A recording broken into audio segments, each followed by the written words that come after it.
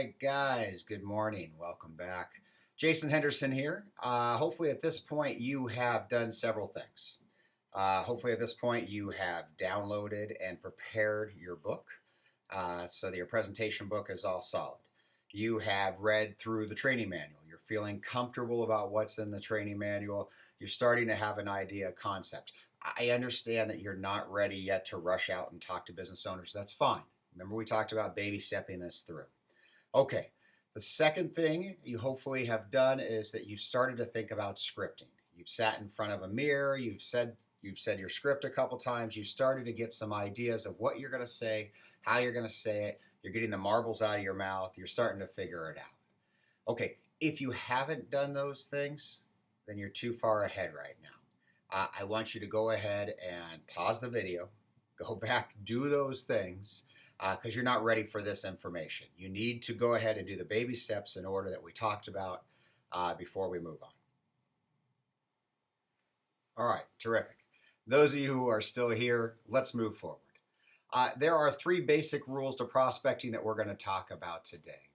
The first rule, the number one rule, is making sure that you are prospecting with an appropriate business.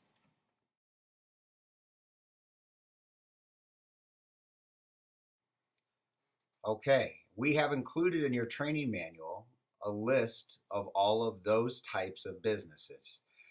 Now, these businesses have been proven to be safe for us to reach out to.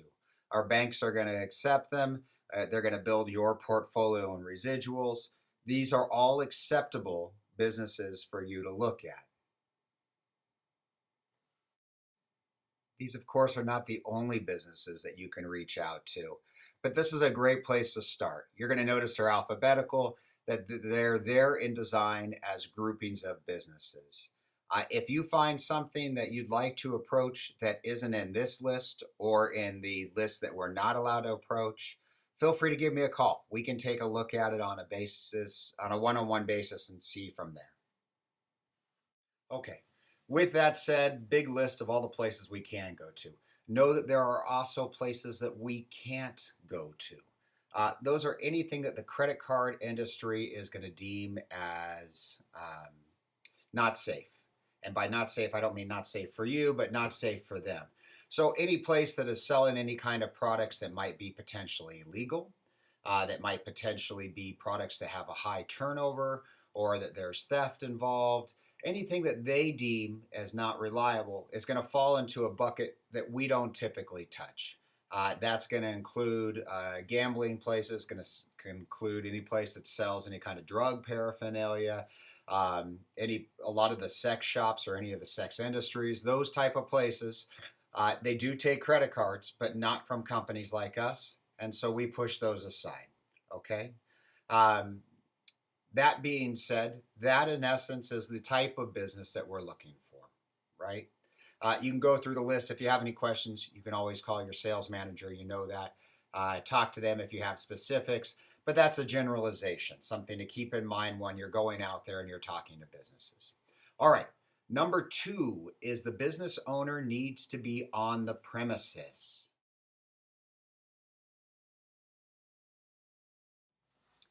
Okay. Why is that important? Well, remember what we started our goal with for the day.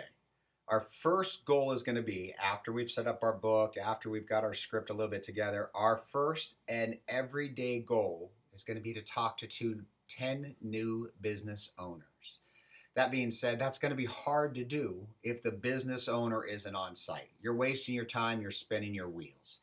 So what I mean by that is if you walk into your local Wendy's, probably not going to find the business owner there, right? You're looking ideally for companies where the business owner is at some point going to be there. Don't waste your time walking into a Vons. Don't waste your time walking into CVS drugstores. Those places are big, large corporate places. Business owners not going to be on site, guys. So don't spin your wheels there. Your goal, meet with 10 business owners, okay? 10 a day. That's what we're looking for, 10 a day. To do that, you're going to have to walk into a lot of businesses to meet those 10. So don't waste your time walking into businesses that you know aren't going to have a business owner ever there. Okay. That being said, number three is make sure that they are doing enough volume.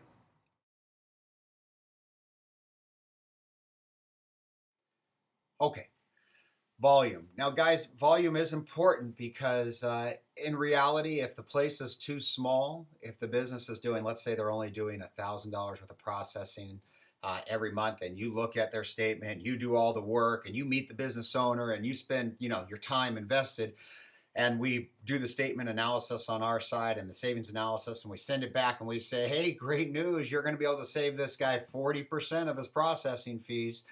And you go back to the business owner and you say, great news, I'm going to save you 40% of your $1,000 worth of processing every month. And that comes out to $4. We're going to save you $4 every month. Guys, it's about managing your time. If someone is so small in their volume, yes, we can save them money. Is that really someone you want to pursue? Is that someone you want to put the work into? Remember that when we set up an account, there's work involved. There's work from the beginning to the end, to meeting the owner, to getting the statement, to doing a savings analysis, to installing the equipment. A lot of times it's not worth all that work for $4 a month savings. It's also hard to sell that to the business owner. You're going to put him in a contract and redo his whole system for $4 a month. Tough sell. So manage your time wisely. You're much better walking into a business that has some volume, where you have some room to save them some real money, and where they have a reason to join you. Okay, so three major components to prospecting. The three things that we're looking for, just as a recap, we are looking for the right type of business. It's appropriate on our list.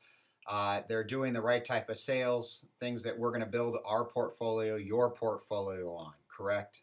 Number two, we're looking for a business owner to be on premises. Doesn't have to be that day, but if the business owner comes in once a week, once a month, then we can deal with it. If the business owner's never there, you're spinning your wheels, wasting your time. And number three, we're looking for appropriate volume, meaning that it's a business that's up and running. It's got a chance to be there next month when you come back, and they're actually doing realistic sales. All right, all of that said, that's what you need to keep in mind when you go out to talk to business owners. The key for you, once again, your number one goal, 10 new business owners a day. How are you going to do that? Well, we just talked about the type of businesses we're going to be looking at, right? Here's number two. There is a great tool on smartphones called Manta. You can download it from the App Store. It's absolutely free. I don't know if you guys can see that over there. It is here. It's Manta.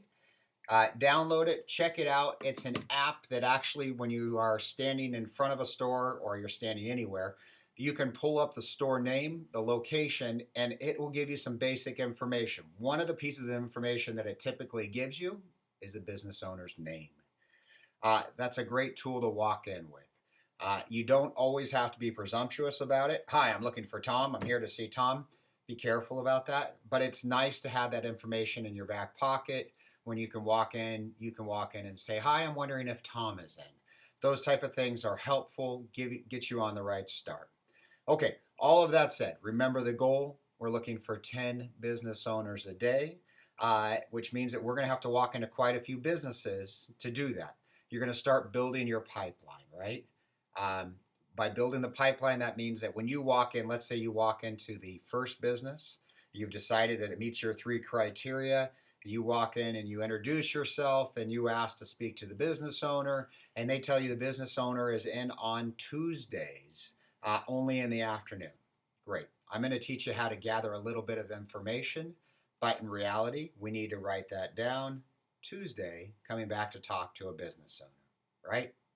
Okay, guys, that's it for prospecting today. Good luck, and we'll see you out there.